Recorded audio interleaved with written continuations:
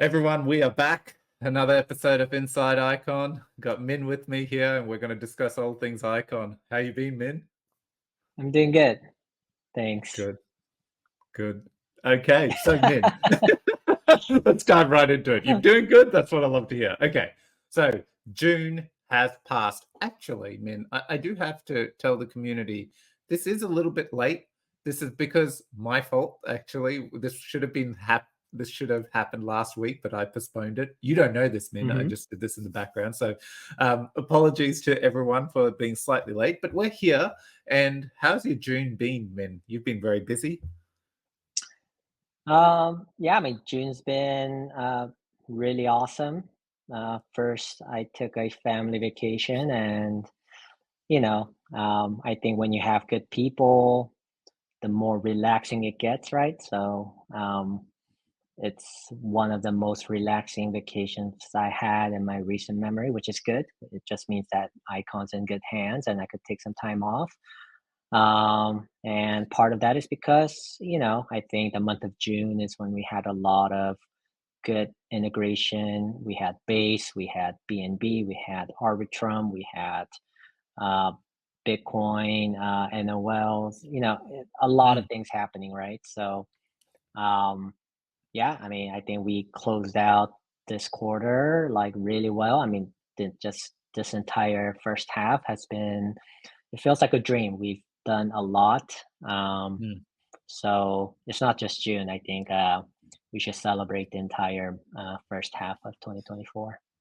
Yeah, I actually saw your tweet this morning, and for people who'd be listening, it came out a day yesterday. But you were trying to summarize everything we did in the last 6 months, and you've put a few points out. But yes, there was so much. We have done a fair bit in this 6 months, and we finally shipped front-facing user products, right? Like with front ends Right. now, they're shipping at record pace, I'd like to think, with the next one being Hava, so that'll be a good one.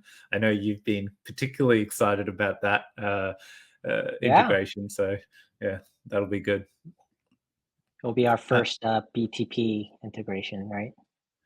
no, Binance Smart Chain is via BTP. Yeah, Oh, yeah, that's true.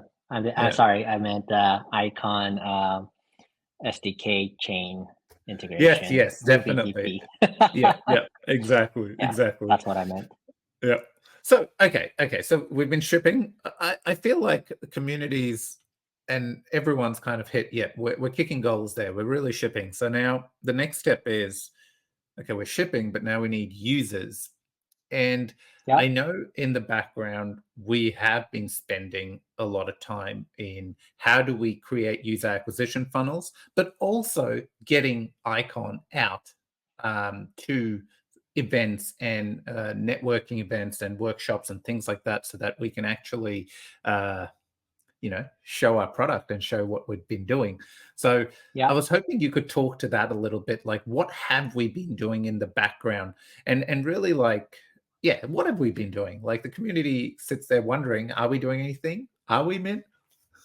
I mean, I think it's a great question. I mean, obviously, we have been doing a lot of things in the background, which, and then, like you said, I think because we've integrated it a lot, we're integrating a lot of the technology into the consumer-facing applications like Balance and HANA. I think now the our community will be able to use and experience the technology and the product much more, much better. So Mm. I think the people actually could feel, touch, and I mean, we're making it into a tangible product, right? So, Yeah. uh, but before I go into, I guess the first thing I want to say is like we know. I mean, we've put a lot of thought into um, you know, you could say growth or user acquisition.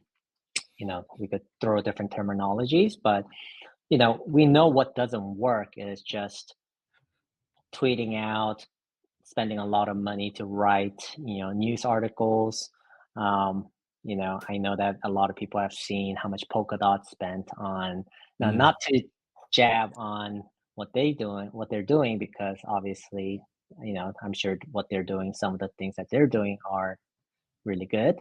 So I don't know the whole story behind it, but just throwing money at user acquisition or problem just doesn't fix everything. So I think um, often costs a lot of money, but if there are no users, like what's the point, right? So Mm. I think that's one of the kind of the key lessons that we've had in the past, several years, and even my previous experience, like working with consumer facing products. So, I think for me and for our team and for the rest of the community, but especially for me, the way I've been thinking about it is, um, going back to the basics. So I always, when things don't really work out, so I'm not talking about, right now we're going to the basics. We've been going back to the basics for maybe a year ago, where we've kind of, tried to do a fresh, whiteboarding, right? So starting from basically taking a step back and really thinking about, hey, what is it that we're missing? Who are our real user base? Who are the people that we really need to take care of? Who are the people who are making transactions possible? What are these people actually want from a blockchain, from a user experience, and all of that, right? So I think I covered some of this in the past, where I said, if you actually look at our industry, a lot of the users are actually speculators, right? So people who own, buy, trade crypto. I think we try to apply crypto to a lot of different industries, but a lot of these applications didn't really work out because it wasn't really capturing there wasn't a user fit with those products. So I think we really kind of dug deep into actually segmenting like who our actual users are, and we thought about like, okay, what are the actual specific audiences that we want to be targeting? Now that we have a specific flagship product in our hands, like now we could think about, okay, let's identify this user base and really focus our effort in understanding the user. So, I think we want to try to go back into obsessing over customers, just one customers at a time, right? So, part of that process is, one, we started doing a lot of surveys. We started, the growth team has been talking with a lot of the users from other cross-chain networks and communities. We've joined them. We're giving out a bit of ICX to be able to get their attention and get their involvement in helping us shape our technology and our products into what they want to use, right? So I think that process has already started, and we're doing more of that with Balance and HANA Wallet as well. But like you said, we are also, it's very important for us to go out there and to these conferences, to these meetups, and showcase our product. And now we have, an actual like HANA Wallet, a mobile application that could do a lot of the showcase our technology. I think it's much impactful, and obviously it's a lot more fun. So I know that you've been out there. To Vietnam, and maybe you should share some of your experience, like how you kind of felt like thinking about like shipping products, and getting trying to get users for Icon. Yeah. No, fair question. I was there. It was good. It's good to get out there and get contact. So a lot of the main event I thought was a bit of a dud, Hmm. but the build up to it. So usually they'll have 2 conference days, but the week to it will be workshops by various chains set up all over the place. So uh, it's actually quite hard work, because it starts from 9 in the morning. You go and you'll hit like 3 or Yeah. 4 events in a day. And these events don't they go, they'll have an evening event as well. And that's when the last bit of networking happens. So I was literally for the 5 days jumping to all these events. But what was really good was like Binance Smart Chain, for example. I went to several of their events, and by I mean we, the team. There was a couple of us that went, and Hmm. we actually managed to get good contacts, because one, when we spoke to representatives from BNB chain, we had a product we could talk about. Oh, what are you all doing? Well, we're actually about to launch Balance, which is a cross-chain DApp, CDP/AMM. And they're like, oh, interesting. Tell me more. What chains are you connected to? And the second you quote EVM and IBC and Move, like that was the pitch. We're not just EVM compliant. We're kind of bringing various tech stacks together. They got even more interested. So these conversations turned out to be quite fruitful. And a lot of some of these cross-promotional activities that we've seen in the last month as we've launched on certain chains by Binance Smart Chain and Avalanche and stuff is a result of us going to these events, networking with the right people from those particular chains, either media firms, etc., and then helping co-promote, liaising and planning and helping to co-promote Balance. So a fair bit of, it's not just like, here's a tweet, promote it. No, there's a lot in the background that happens, but these events have been quite fruitful in that manner. So I actually enjoyed it. It is tiring, but I'm keen to get out to more, particularly like talking at core chain, like if Avalanche have Avalanche Summit or Cosmosverse or things like that, kind of now I think we're at that position where we want to have a bit of a stage presence or some kind of booth or something where we have our two flagship products being HANA and Balance. So we can do networking in the workshops, but also be at the core event. And when people walk up, try and create an onboarding, here, download HANA, social login, sign in, boom, you signed up, 10 ICX, go play with Balance. 10 ICX is little, 50 ICX, go play with Balance. So keen to start doing more of that stuff soon as well.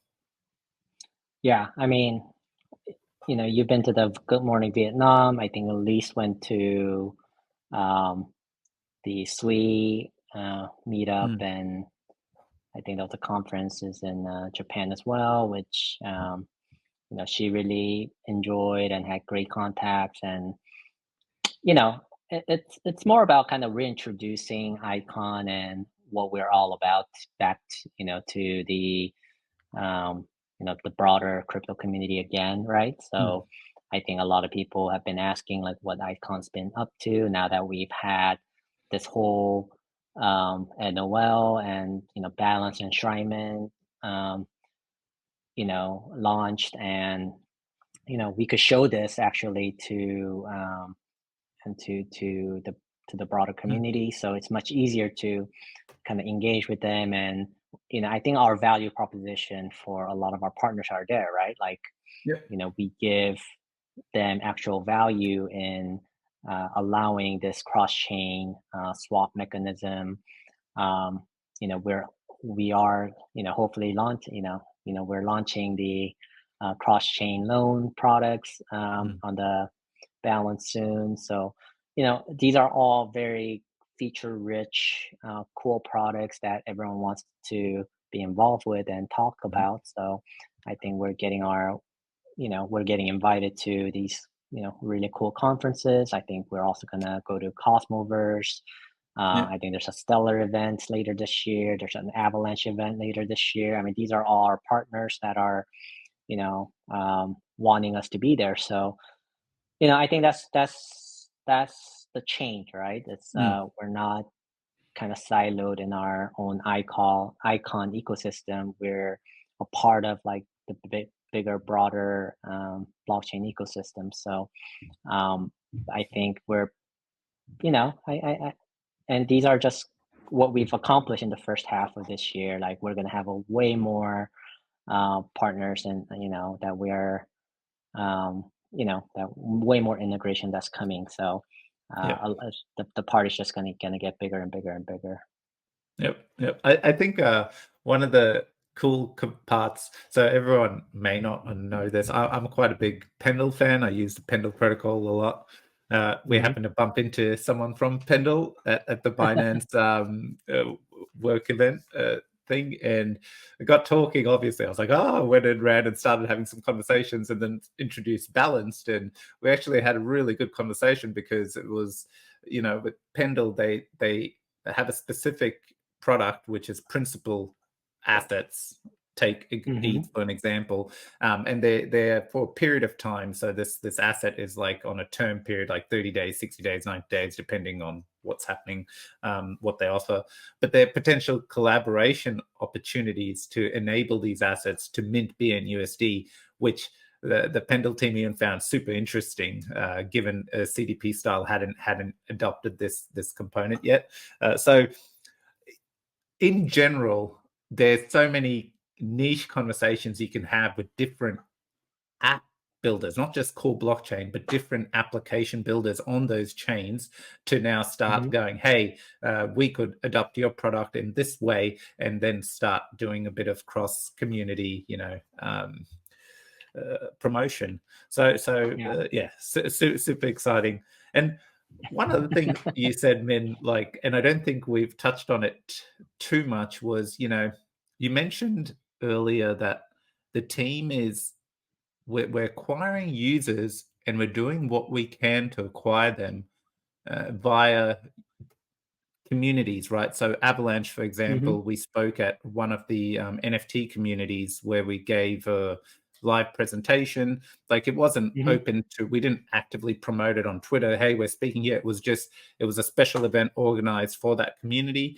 We went, we showed balance. We actually had an entire process where a lot of them used the protocol and gave us a ton of feedback, going what they liked, what they didn't like. And this is something we're actually streamlining further, where, there's a dashboard, you sign in with your wallet, it gives you a bunch of activities, you earn EXP/rewards in ICX. And we're going to expand out to more and more communities on various chains that we've launched Balanced on, which is to your point, right? Like, we are trying to go and ask the customer to use our product and give us feedback, and hopefully that product, when they use it, they're like, this is a kick-ass product, here's some little tweaks we'd like to see, but it's a kick-ass product, and we're going to come back and keep using it because it's a kick-ass product. But we don't advertise that as much, because it's like an exclusive show and tell to all these communities, right? Like, so we've got a few of those teed up, which is exciting to see. Yeah, and it's also a good barometer of, like, if we're heading in the right direction with everything that we do, right? So exactly. I mean, I think it's been a fun process. So I mean, I do have kind of questions for you, like, just wondering, like, I think the community wants to know what's happening with, like, the chain integrations, especially Hop Chain. Can you also talk about what else we have down in the pipeline?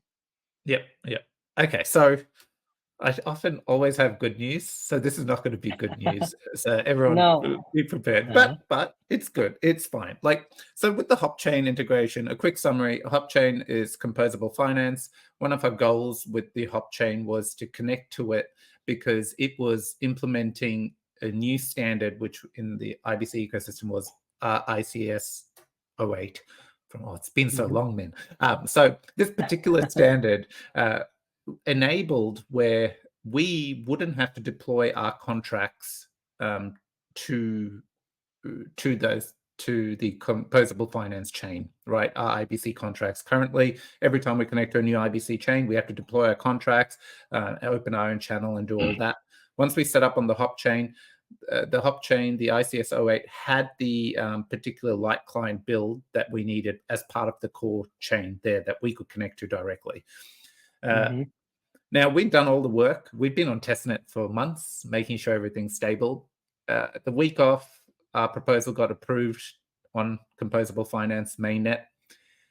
As we were about to apply it, we noticed testnet went down. And when we went looking and we contacted the Composable Finance team, they actually said, they've shipped a whole bunch of updates.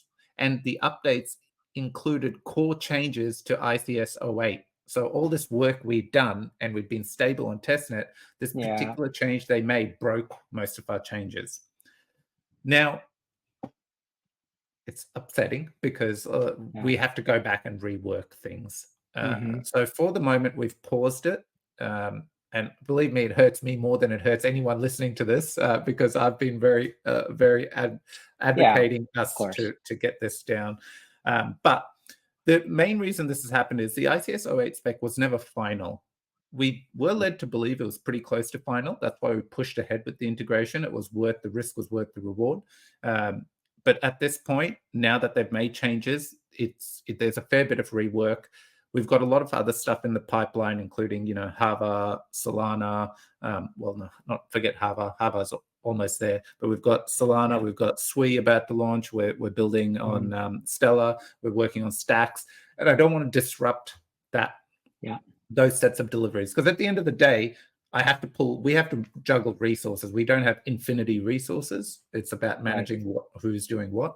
So with the hop chain, we just paused it, and we'll circle back around to the hop chain post these integrations to see, like, I'm kind of more keen now.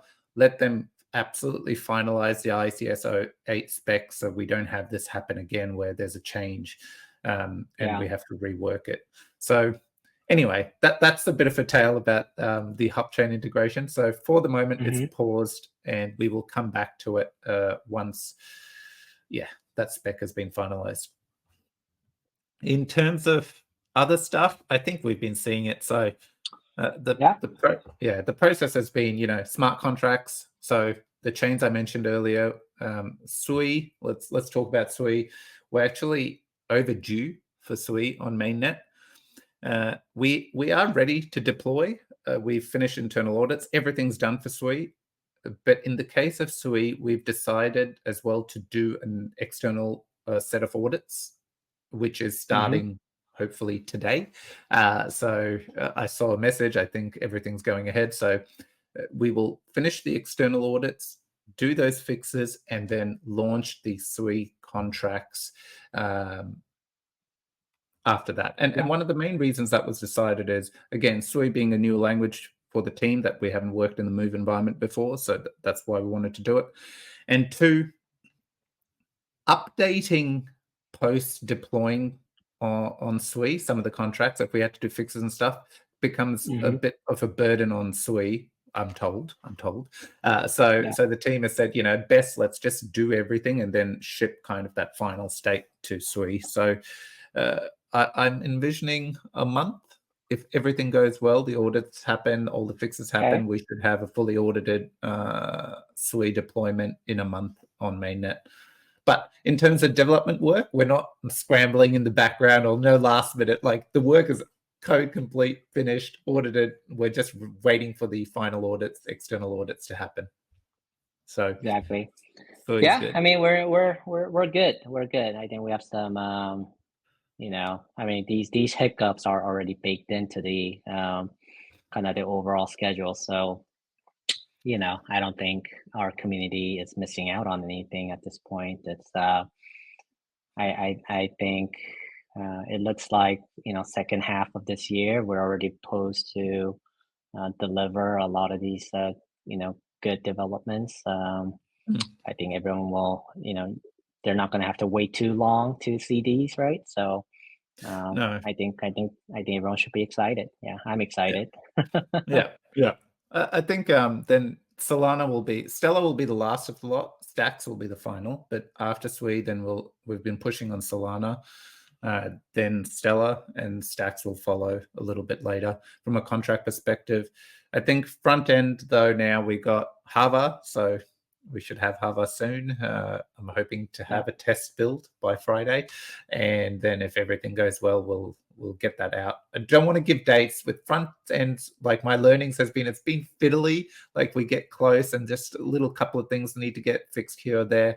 And once we have front ends, we tend to test a bit more thoroughly, have a lot more users go through the test flow to build some transactions to make sure all the infrastructure is stable as well. This is kind of our learnings from after we launched Avalanche. So then to take it for Binance Smart Chain and the others. So that's the front ends. And after we get Java out, then we'll start on Injective. So Injective is coming. So as soon as Java is done, Java is a quicker build versus Injective's front end. That's why we chose to get Java out the door. And then the Injective front end will take a little bit longer. I don't have timelines, but it'll follow. Basically, the wave of delivery is constant. We'll always have something to celebrate. Yeah, I mean, the ones that you've talked about are only the ones that are currently in development scheduled, right? Like, we're not even mentioning the entire spectrum of other projects that we're already kind of talking to. I'm not even sure if we're okay naming names, but like there are, you know, even me myself, there's a handful of names. Elise is Yeah. out there talking, Davis is talking to other projects, and I think everyone that we talk to are quite, excited to work with us. We just don't have enough, capacity to do everything. So we got to kind of pick our, you know, choose wisely, right? With our just to see like what we can do that's most impactful. So yeah, Yeah. I mean, yeah, I mean, I think the most recent one. I mean, whoever can we give at least like a couple names that we've been talking You to? can, you can. You're the boss. You Uh, can. I mean, like, I think one exciting one is like Babylon Chain, right? I think that's Yeah. one more recent up and coming project that has garnered a lot of attention and excitement. I don't know too much about it. Just started learning a lot, in the past month or so. We've been, talking with the team there, and I know that you've been looking into the technical side of things, and I think there are some good things that we could do with that project, but I don't want to overstep and say like we're definitely going to do it. But I mean, just to give you kind of an example of names or projects that we've been talking to, um, you know, yeah, just to yeah, I don't want to like get things too yeah. Anyways, Yeah, no, no, no, I until get it. we get it in the pipeline, yeah. That's exactly right. That's why I tend to like the ones I mentioned, and everyone knows, but we're actually Hmm. delivering, right? We're very close to a product people will be able to Yeah. use. So yeah, uh, but you're right. There's so many. Even as you were saying it, I've been on certain calls with various newer chains that I hadn't heard of that have been building and launching. And when we're jumping on Hmm. calls and pitching, and this is kind of what we would be able to enable for your chain, it's within a day we're getting responses with docs and everything we need to get started on the work if we had capacity. So or Yeah. they're entertaining ideas of, okay, how could we get grants and things like that to make us, I guess, start those pieces. So, but yeah, that's I don't want to until it's in delivery phase. Then we start talking about it and go, yes, we're actually building it and we're doing it. So Yeah. it will come to fruition. So yeah, so much to talk about there. But I think everyone's seen it. I do believe in general, my personal view here, like confidence in ability to deliver is very visual. Like people are believing, yet things are happening. One thing I didn't say, like, when going and pitching at these different places, talking balance, you do you do talk to some people who have uh, worked in the space for a long time, right? So one person I was pitching balance to, the first question he said, I know all about AMMs. The issue is Hmm. where you're getting your liquidity from. Like that is Hmm. trouble for AMM. And I this big smile on my face. I'm so glad you asked. Well, let me tell you how Icon comes into the picture. And then, I brought Icon in the Yeah. end with NOL, and straight away, super fascinated. Like the guy was like, oh, this is Yeah. very interesting. And it's like, yeah, we're up to 2 million. It's early days, but we've only had this running for 3 months. So, Yeah. it's early days and it's showing that it's a winning formula. So, yeah, anyway. Okay, I mean, I can keep talking deliveries and keep being as excited as I am about it. One other question, and this was a community-led question that came through and wanted to Hmm. ask you. So, you know, we know at the moment there's some kind of clarity trickling through in America for companies in different areas, like with the ETFs and et cetera, et cetera. The question we got asked was, in an event that there was some kind of clarity, is the Icon Foundation in a position to like provide enough documentation, financial disclosures, anything needed to be compliant? Like, are we as a Hmm. organization, like if we got requested, we wanted to, I don't know, have icon listed as a, determine if it was a security or not a security, or just they'd release a bunch of rules to go, you need to show all this paperwork and proof of how you've been operating. Are we in a Yeah. position as a foundation to present that so that we could steer our way through regulation clarity? I mean, I think first and foremost, there needs to be regulation clarity. So I Yeah. think we're not even there yet. But, you know, all I can say is that, there's two parts, right? There's the Icon Foundation and there's the Icon Network. And I believe the Icon Network is one of the most decentralized networks out there. I think there were some recent um, like statistics on how many validators each network has. And I think Icon, we're right up there with some of the largest networks. And, we have a diverse, very engaged community of validators. So I think we are, definitely headed in the right direction, especially recently where we've been gaining validators. So very happy about that.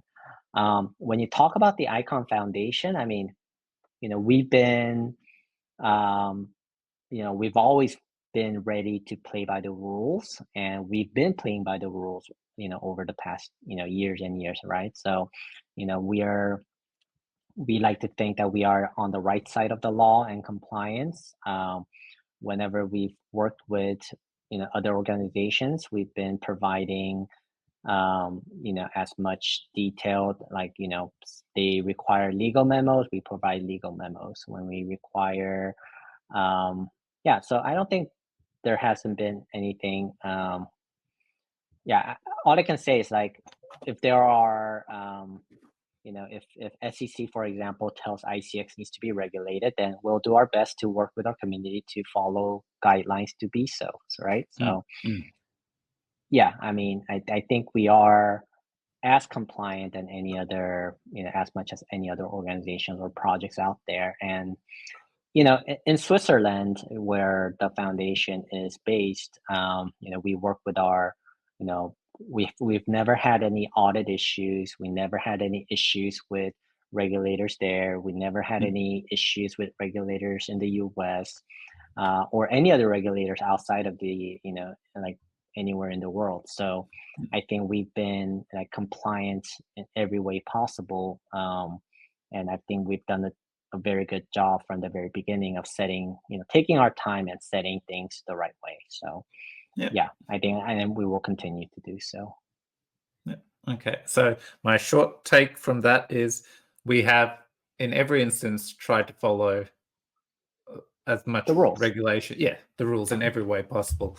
And I Yeah. do, I say this, when I talk to you in the background, when you catch up and you ask me how I'm going, I keep telling Min I'm so tired of paperwork, and that paperwork is because everything is to follow, the rules that we have to follow from any grant process, anything like that. It has to be adhered to, and yeah, we Yeah. make sure like that. That's been a big eye opener working in the foundation thing, just seeing how much we have to follow the process. It's not just I know in the old days the community member, oh, but just do this, just do that. It doesn't work that way, right? Like everything has Right. to be mapped out, budget set, approved, and then ensuring we're adhering to what has been put together. So yeah, cool. Right. Okay, that was good. That was good. I think this particular community member will be very happy asked that question.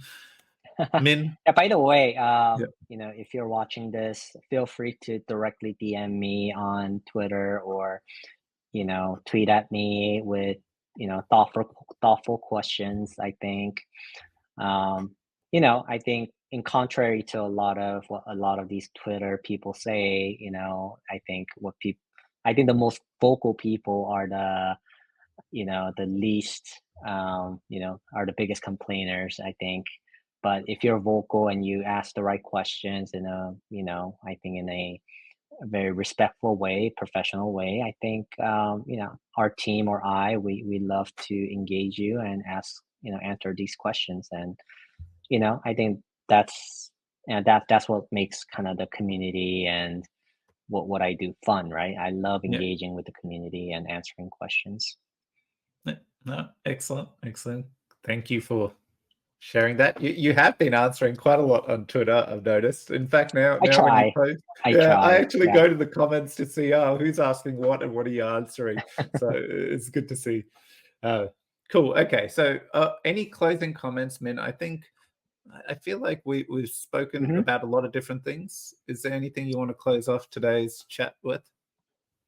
I mean, I think, well, first of all, I think just wanted to tell everyone, I think our industry is in great shape still.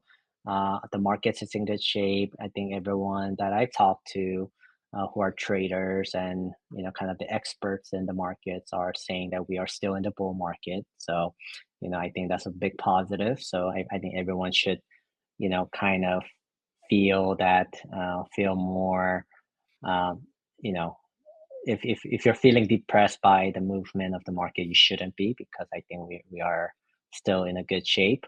But outside of that, I think has been a lot of legal questions, or I just want to say, like, I've been engaging a lot more people in the community, and recently I got invited to a room full of lawyers who were talking about uh, a lot of lawsuits that are happening in the background, right? So I think recently, like Dapper Labs is the team behind CryptoKitties, and NBA Top Shot just settled with a class action lawsuits.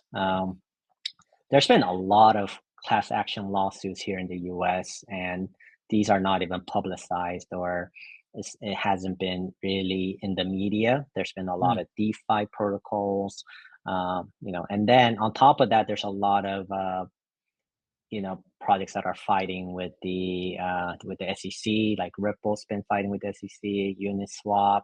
Now Consensus is another one that's uh, was announced quite recently. So, I just want to say that, like, this industry is still moving forward, but there's a lot of this um, hurdles that we need to overcome together as an industry. And um, I don't think it's just the nature of our industry, right? So I mm, think we just have to be patient and let these, like, regulation stuff kind of get figured out, and those things are moving.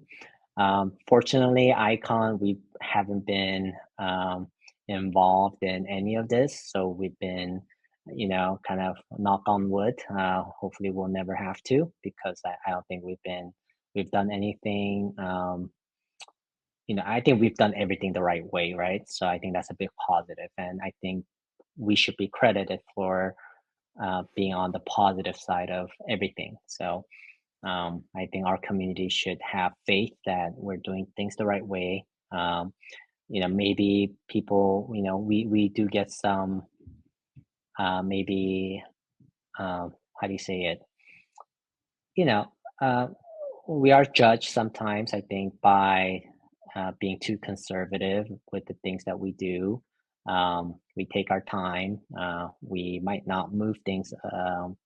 It might look like we're not moving things too quickly on certain things, but we have to kind of look at things from a you know from far away, and to see, like, what are the implications. Like, is it really worth our time and effort doing something that we don't believe in, or doing something that we don't feel we're not motivated to do, or that just might be in the gray area of the law, for example, right? So, mm, and I think we've avoided a lot of it might look like we lost a lot of opportunities, but at the same time, we've avoided a lot of um, troubles, I would say. Like, I think one of the ones that um, we were lucky to avoid is, like, the Anchor protocol from a few years ago with Terra, where we were invited to